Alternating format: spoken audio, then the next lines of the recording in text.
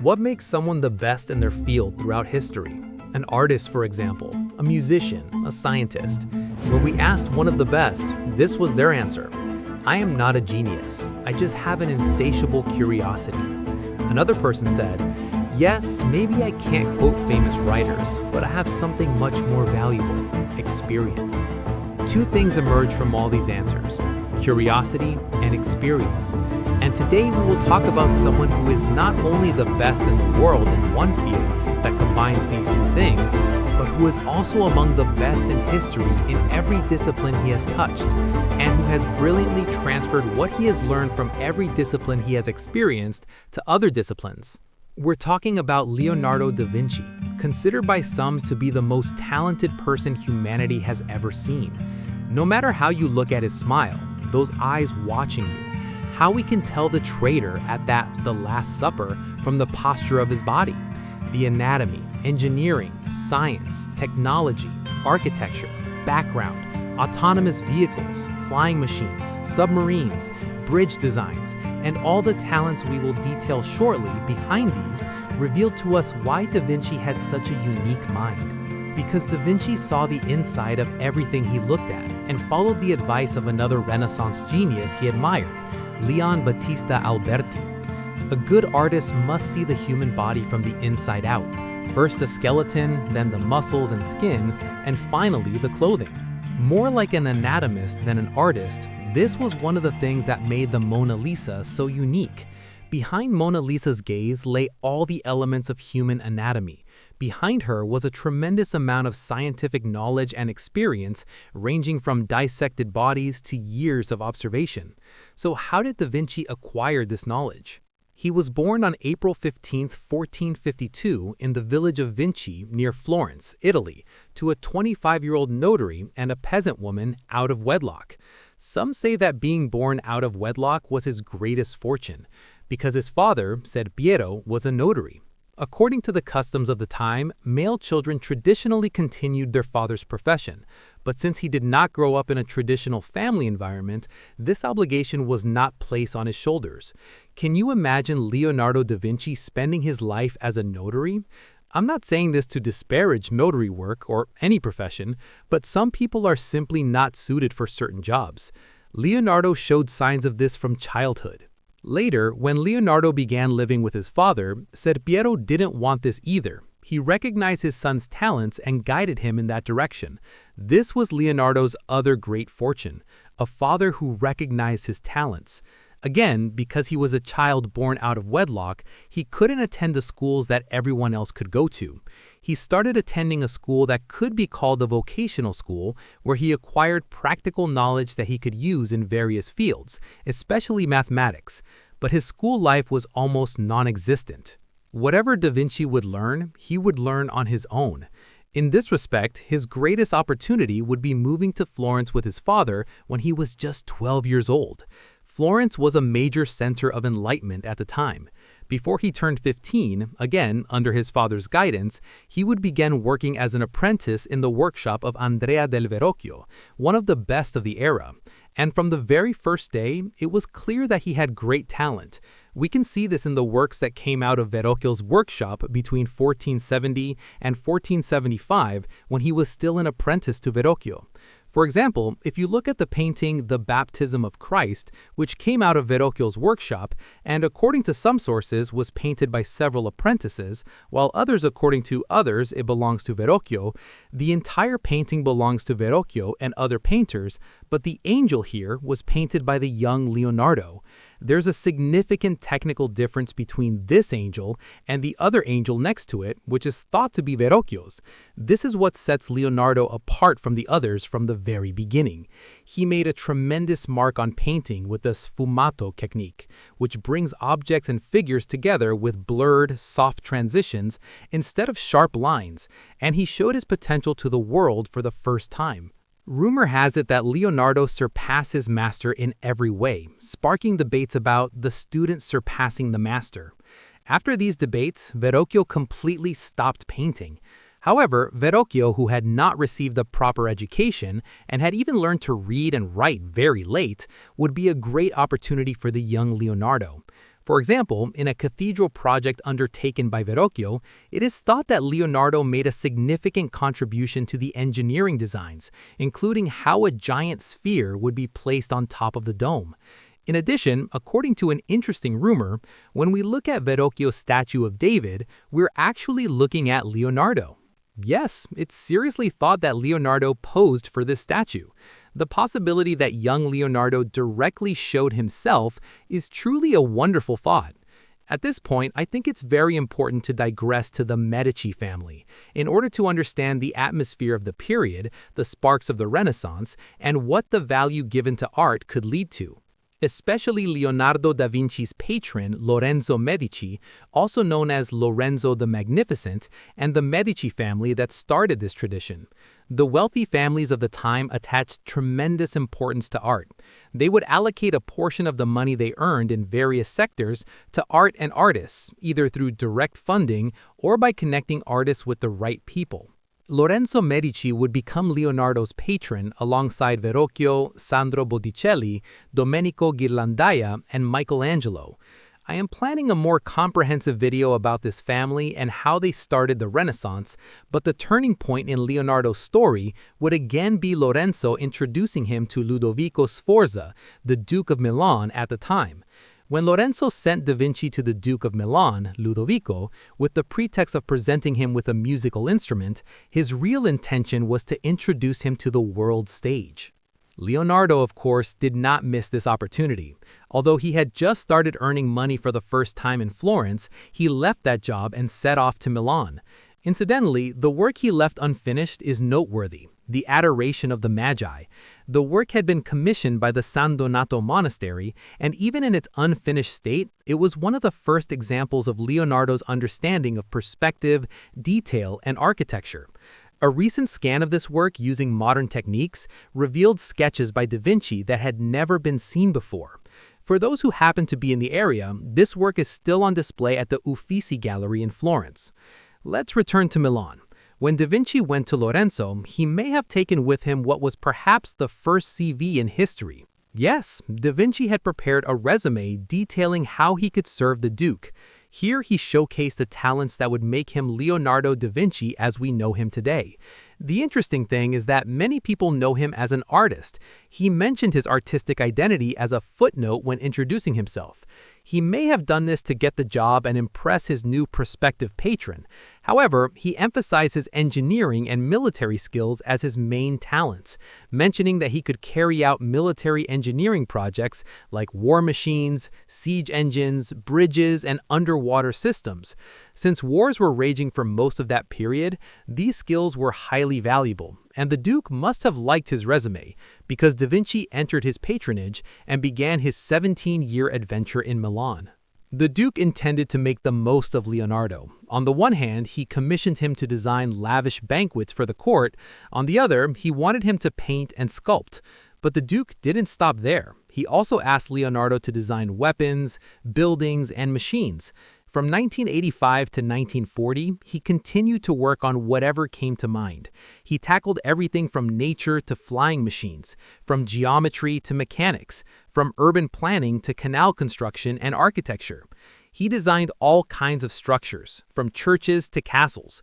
He even designed the main dome for the Milan Cathedral, one of Europe's largest Gothic cathedrals today, but his design was not used. His work during this period also included advanced technology weapons. He designed tanks and other war vehicles, various war tools, and even submarines. At the same time, we also began to see his first anatomical studies during this period. These anatomical studies and the Vitruvian Man that emerged from them represent the pinnacle of his wisdom in this field. Inspired by the proportions explained by the famous ancient Roman architect and writer Marcus Vitruvius Polius in his work Architectura, this drawing known as the Vitruvian Man actually reflects Leonardo's knowledge accumulated in many fields, and at its core, his entire philosophy. This is because Leonardo embraced the human-centered philosophy at the heart of the Renaissance, even believing that the delicate, perfect proportions of the human body could inspire architecture. Other artists also drew the Vitruvian Man. However, Leonardo's work possessed a perfect proportion in terms of both aesthetics and art, as well as scientific accuracy. We can say that it was almost scientifically flawless. This is because Leonardo went beyond observing the human body and dissected over 30 known corpses and documented them in detail, while also using his artistic talent to depict them perfectly. From cross-sectional images of the skull to flawless drawings of the human heart, it is necessary to mention the collection of notes he took along with these drawings and sketches. The reason we say collection is that Leonardo has over 6,000 drawings that have survived to this day. 6,000 pages, and what's even more astonishing is that an estimate, this is not even a quarter of all his notes. Look, it's incredible that such a talented mind produced such detailed and comprehensive art, science, engineering, war technology, architecture, and so many other fields. Finding so many sources is a great opportunity for all of humanity, perhaps the greatest legacy that could be left behind. And look, forget the numbers. The content of the drawings, the sketches, is another source of amazement. As we mentioned, observing and understanding them is one thing, but conveying them so accurately and aesthetically is an incredible feat. Anyway, putting our astonishment aside and looking at his notes, beyond his detailed drawings related to human anatomy, we encounter a scientist and engineer. Here, the reason for calling him ahead of his time is hidden in these pages. For example, there was a machine design that could transport 1 million tons of soil per hour using water power automation, a carrier tank design, a tank that could fire in all directions, and even a type of autonomous vehicle design whose functionality we are still unsure about. Some might see a robot here, but beyond that, these pages actually contain prophecies of our modern world. They can be seen as the inspiration for the engineering projects behind many of the vehicles we use today, especially flying machines. He had a big obsession with them anyway. His designs were constantly inspired by nature, so he also dreamed of flying. Birds were also a source of inspiration for him. From a young age, we see countless designs related to birds in his notes. His notes and sketches contain drawings with all the details, from the flapping of wings to the interactions in their anatomy. Based on this, he had even designed a type of helicopter, attachable wings, and a parachute. But did you know that there is also a trace of our history in these notes? Leonardo's thousands of pages of notes have, of course, been collected over time and compiled into different codices. Bill Gates even paid $30 million for the work known as the Leicester Codex. One of these works is the Atlanticus Codex. Looking at the corner of this codex, a bridge design catches the eye. Do you know where Leonardo designed this bridge for? For the Golden Horn in Istanbul. In 1502, Leonardo da Vinci wrote a letter to Bayezid I. In this letter, he proposed a bridge design to be built over the Golden Horn in Istanbul. It was a crazy project because the bridge Leonardo proposed would be 360 meters long, 24 meters wide, and 40 meters high. For that period, these dimensions were enormous, and it was almost impossible to build with the technology available at the time. The most striking feature of the bridge was that it had a single arch. This would allow ships to pass underneath and would not obstruct river traffic. The bridge was also designed to be resistant to natural disasters such as storms and earthquakes. However, Ottoman Sultan Bayezid I did not accept this project. It was probably deemed unfeasible due to the scale and cost of the project. In 2019, researchers from MIT published an analysis showing that Leonardo's original design was indeed feasible and could have been built with the materials available at the time. But of course, given the conditions of the era, with resources being allocated to necessary areas for a city conquered only half a century earlier, it was highly probable that this project would not have been accepted. Returning to Milan, Leonardo had undertaken many projects with the support of Sforza. But there was a problem. As we can understand from his notes, Leonardo's interests were so broad, and he was constantly curious about new subjects, that he left most of his projects unfinished.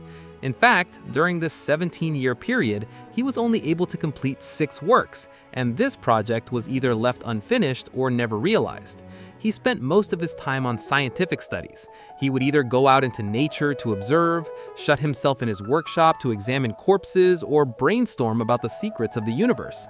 Unfortunately, science and technology could not keep up with Leonardo's mind, so many of his seemingly perfect designs remained on paper. However, one of the works he did complete was the famous The Last Supper, which he painted on the wall of the monastery. This work was also a reflection of science and art. Of course, this work, brought to life by his knowledge of anatomy and even reflecting the attitudes of the characters in the work, creates an effect that makes you feel lost in the architectural elements when you look at it. But the most important thing that makes this work so significant is that it is, in a sense, a photograph. Let's explain. The Last Supper was the final meal Jesus shared with his disciples before his crucifixion, and this painting depicts the moment he told them that one of them would betray him.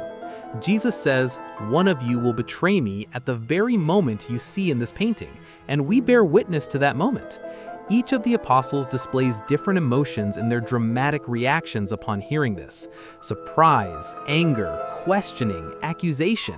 Leonardo depicts each apostle's expression with a deep psychological insight, and the apostles' group posture and interactions with each other bring movement and liveliness to the scene. Leonardo has placed Jesus Christ at the very center of the work. Jesus' hands are shown open to both sides. This posture gives Jesus a sacred authority, while also showing his serenity and acceptance of his fate. Judas Iscariot, the disciple who will betray him, is placed slightly further back and in the shadows. Judas is depicted holding a money bag, which is thought to symbolize the 30 pieces of silver he received in exchange for betraying Jesus. Leonardo masterfully handles the theme of betrayal in the scene. Notably, there is no violence or overly dramatic movement. On the contrary, everything is rendered with emotional depth and controlled calm. This was perhaps one of the reasons Leonardo was unable to complete many of his works: his tremendous attention to detail. By the end of his time in Milan, Ludovico Sforza's deposition in 1499 would bring his Milan adventure to an end. A period of almost 15 years of wandering would begin. Traveling from city to city, Leonardo returned to Florence, where his story began, received support from Giuliano Medici of the Medici family, and began work on what he considered the pinnacle of his career, a work that he himself felt was never truly complete.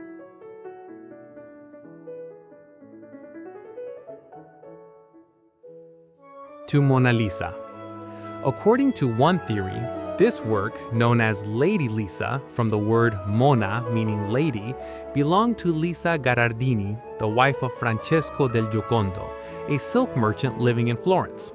As mentioned, it is a masterpiece that, in a sense, reveals the knowledge he acquired from all disciplines. While many people understandably fail to grasp why this seemingly ordinary portrait of a woman has caused such a stir, it gains meaning when viewed as a reflection of the mind of an unrelenting genius, beyond the details it contains. But of course, we must also mention the details. As mentioned earlier, the most important detail of the Mona Lisa, painted using the sfumato technique, is undoubtedly her mysterious smile. We can see the mechanics behind that smile in his notes. The sketches he drew based on the bodies he studied show that he tried to understand the movement of all the muscles behind the lips and capture their harmony with the rest of the face. In fact, when we look at those notes, we also see a design for the Mona Lisa's lips. Leonardo first imagined that smile. But what about the eyes? You know, no matter where you look, they seem to follow you. As you can see, this is no coincidence. His obsessive interest in perspective and our sense of sight extended to the retina behind the eye, and even to the receptors. What did Leon Battista say? A good artist must see the human body from the inside out. First the skeleton, then the muscles and skin, and finally the clothing, like an anatomist rather than an artist. That's why the Mona Lisa is so valuable. It is not a painting, but rather a photograph of a living woman, depicted with her entire anatomy at that moment. As if at that moment, before starting his work, Leonardo made a joke and said, "Mona Lisa is about to start smiling," and the expression on her face is immortalized and is more than just a collection of anatomical details. It's like a manifestation of Leonardo's desire to combine science and art, to which he devoted his entire life. After the death of his patron Giuliano Medici in 1516, Leonardo was invited to France by King Francis I, a great admirer of Leonardo's mind.